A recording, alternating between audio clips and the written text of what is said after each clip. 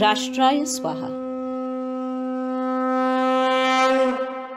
पृथ्वी गोल आहे, सूर्य स्थिर आहे आणि पृथ्वी सूर्याभोवती फिरते आणि चंद्र पृथ्वीभोवती फिरतो. याचा शोध कोणी लावला? आपल्याला काय शिकवतात? गॅलिलिओ. कितव्या शतकात? 14व्या. बरोबर ना? कारण मी 10वीच्या पुढे शिकलो नाही म्हणून विचारतोय. चुकीचं असेल तर सांगा मला. मी ते उभा राहिलं म्हणजे मला सगळंच येतं असं अजिबात नाही आहे.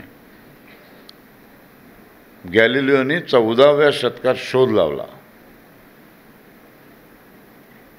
सूर्य स्थिर आहे, पृथ्वी गोल आहे आणि ती त्याच्याभोवती फिरते.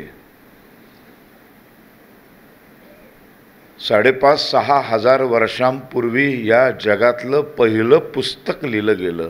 त्याचं नाव आहे ऋग्वेद.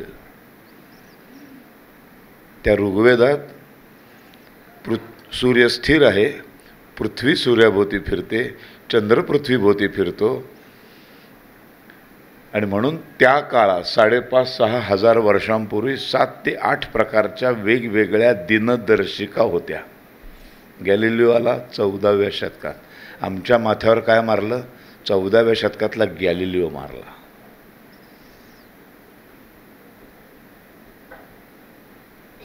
शिक्षण पद्धतीचा कसा बट्ट्याबोळ करायचा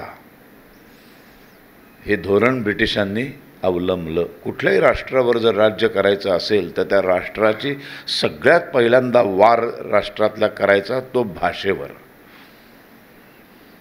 आधी पहिला भाषा संपवायची. भाषा संपली की संस्कृती संपते, संस्कृती संपली की धर्म संपतो आणि धर्म संपला की राष्ट्र संपायला वेळ लागत नाही. कारण सगळं ज्ञान विज्ञान ज्या ग्रंथांमध्ये लिहिलेलं असतं त्या राष्ट्राची एक भाषा असते, एक लिपी असते. जगाला ज्ञान विज्ञान देणारं, शास्त्र शिकवणारं, भूगोल इतिहास शिकवणारं, सगळं जगातलं सर्वोत्तम ज्ञान विज्ञान जगात रानटी अवस्थेत असलेल्या या जगामध्ये 12 ते 13 विश्वविद्यालय असणारा हा एकमेव देश होता. हे आम्हाला शिकवलं नाही. आम्हाला गॅलिलिओ मोठा वाटतो, पण गॅलिलिओच्या कित्येक हजार वर्षांपूर्वी आमच्या पहिल्या वेदामध्ये पृथ्वी गोल असते हे शिकवलं गेलं. म्हणून 365 दिवस लागतात तिला एक प्रदक्षिणा पार करायला. म्हणून एकमेव असा देश आहे ज्याच्या दिनदर्शिकेमध्ये अमावस्या आहे आणि पौर्णिमा आहे.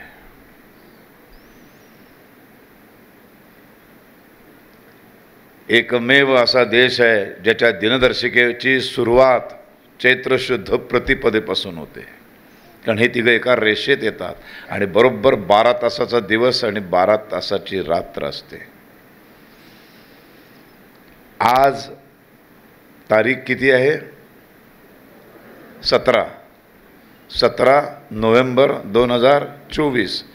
आज मी इथून उभं राहून सांगू शकतो की 17 नोव्हेंबर 2030ला चंद्रोदय किती वाजता होणार आहे, सूर्योदय किती वाजता होणार आहे. 1 मिनिट पण चुकत नाही. इतकं खगोलशास्त्र प्रगल्भ होतं. सावरकर सातत्याने सांगत होते, देश स्वतंत्र झाला, ब्रिटिशांनी आणलेली सगळी घाण त्या अरबी समुद्रात बुडवा आणि पुन्हा एकदा ते वैभवशाली भारताचा इतिहास पुन्हा एकदा सुरू करा. ती शिक्षण पद्धती सुरू करा.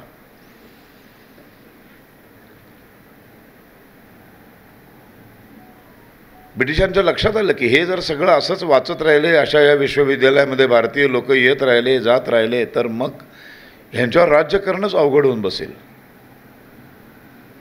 आणि मग त्यांनी पहिला वार केला तो हे सगळं ज्ञान विज्ञान ज्या भाषेमध्ये आहे त्या भाषेवरती, संस्कृतवरती. मग संस्कृत आमच्या आयुष्यातनं पेशवाई संपली. 1818 नंतर पूर्णपणे ब्रिटिशांचं साम्राज्य सुरू झालं आणि संस्कृत भाषा हद्दपार झाली. हळूहळू हद्दपार झाली. जी काही 40-50च्या पुढची लोकं होती, जी पिढ्या होत्या ज्यांना संस्कृत येत होतं, त्या संपल्या पुढच्या 30-40 वर्षात. आणि मग 1820 नंतर ज्या शाळांमध्ये मुलं शिकायला लागली त्यांना संस्कृतच येईन असं झालं. आणि मग त्या ठिकाणी इंग्रजी ही जगातली सर्वश्रेष्ठ भाषा आहे असं आम्हाला आमच्या बोडक्यावर मारण्यात आलं. आणि मग गॅलिलिओनी जो शोध लावला त्याच्या कित्येक हजार वर्षांपूर्वी आम्हाला हे आधीच माहीत होतं. मुळात भूगोल हा शब्दामध्येच भूगोल आहे हे त्याच्यातच येतं नाही का. असा कुठे शब्द आहे इंग्लिशमध्ये. किती छोट्या छोट्या गोष्टी आहेत. मी सनातन हिंदू धर्मीय आहे ह्याचा सार्थ अभिमान वाटावा. तो अभिमान वाटला तर तो टिकवण्यासाठी मी प्रयत्न करणार ना. मला जर अभिमानच वाटला नाही किंवा मला जर सतत हेच शिकवलं गेलं की सगळ्यात गाढवं आणि मूर्ख देश कुठला असेल तर तो भारत आहे आणि युरोपातले देश मात्र सगळे प्रगत आहेत, ज्ञान विज्ञानामध्ये सगळे ग्रेट आहेत, त्यांच्याकडनं काहीतरी शिकलं पाहिजे, मग आपली मुलं सारखी परदेशात जाऊ लागतात. म्हणजे आम्हाला न्यूटन मोठा वाटतो, आम्हाला गॅलिलिओ मोठा वाटतो, आम्हाला आईन्स्टाईन मोठा वाटतो. मोठीच आहेत माणसं, त्याच्याबद्दल वाद नाही. पण कित्येक हजार वर्षांपूर्वी त्यांना जो शोध नंतर लागला ना तो आम्ही आधीच लावून ठेवला आहे. ते सगळं आम्ही आधीच सांगून ठेवलं आहे. 2 मजली 3 मजली इमारती होत्या या देशात. ज्या अर्थी 2-3 मजली इमारती असतात त्या अर्थी सिव्हिल इंजिनियर होता ना. फक्त त्याला सिव्हिल इंजिनियर असा शब्द नसेल कारण ती भाषाच नाही आमची. आमची भाषा संस्कृत. उत्तम उत्तम बायका फॅशनेबल कपडे वापरत होत्या. बायकांच्या कपड्यांवरती सोन्याची जर केलेली डिझाईन्स असायची. सोन्याची जर म्हणजे सोन्याचा धागा बनवावा लागतो आणि खनिज म्हणून जे सोनं मिळतं ते धाग्याच्या स्वरूपात नाही ना मिळत. ते ओबडधोबड सोनं मिळत असेल की नाही. पृथ्वीच्या गाभाऱ्यामध्ये ही सगळी खनिजं मिळतात बरोबर. मग ती कशी मिळतात. अशी काहीतरी विचित्र आकाराची काही असतं, ते खडकासारखं असतं. मग त्याचा धागा बनवला आणि त्या धाग्याची विणकाम करून वस्त्रांवरती जर जर विणली असेल तर शास्त्र किती प्रगल्भ होतं. तर कुठल्याही सोन्याचा दागिना बनवायचा असेल तर प्युअर सोन्याचा नाही बनवता येत, त्यात थोडंसं मिक्स करावंच लागतं. म्हणून ते 100 सोनार की 1 लोहार की का म्हणतात. तो 1 लोहारचा काही अंश त्याच्यात टाकल्याशिवाय त्याचे दागिने नाही बनवू शकत. उत्तम उत्तम दागदागिने घालत होते. रामायणामध्ये किती उल्लेख आहेत, महाभारतात किती उल्लेख आहेत, रामायणाच्या आधी पण किती उल्लेख आहेत. काय काय नव्हतं, काय नव्हतं. सगळ्यात फास्ट गाडी चालवणारी बाई होती. आता तेव्हा गाडी म्हटल्यावर तुम्ही मूर्खासारखं विचारू नका आतासारख्या गाड्या होत्या का. मग तेव्हाची गाडी म्हणजे कुठली तर रथ. टेक्नॉलॉजी आली ना. रथ बनवला कसा, रथ बनवला कसा. घोड्याच्या पायाला नाला ठोकल्या कशा, कुठून आल्या नाल, कुठून आली तलवार, कुठून आला भाला, कुठून आली ढाल. अशी तलवार नाही ना मिळत. डोंगराच्या डोंगर खोदल्यावर तलवारीसारख्या आकाराचं काहीतरी मिळालं बाबा असं नाही ना होत. मिळतं लोहार, आपला लोखंड, पोलाद, खनिज मिळतं, त्याचं ते बनवलं जातं ना. बनवण्याचे कारखाने असल्याशिवाय बनेल का. पण हे आम्हाला माहितीच नाही.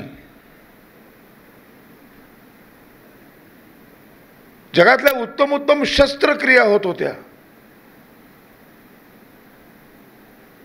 म्हणजे जीवशास्त्र, मेडिकल सायन्स काय नाही. या सगळ्यावर आघात करायचा असेल तर हे सगळं ज्या भाषेत शिकवलं जातं ती भाषाच काढून टाकायला सुरुवात केली आणि तिथे आणली इंग्रजी. आणि मग काही 30-40 वर्षानंतरची अशा पिढ्या निर्माण झाल्या की ज्यांना संस्कृत येत नाही, फक्त इंग्रजी यायला लागलं. आणि इंग्रजी येणं हे प्रतिष्ठेचं लक्षण वाटायला लागलं.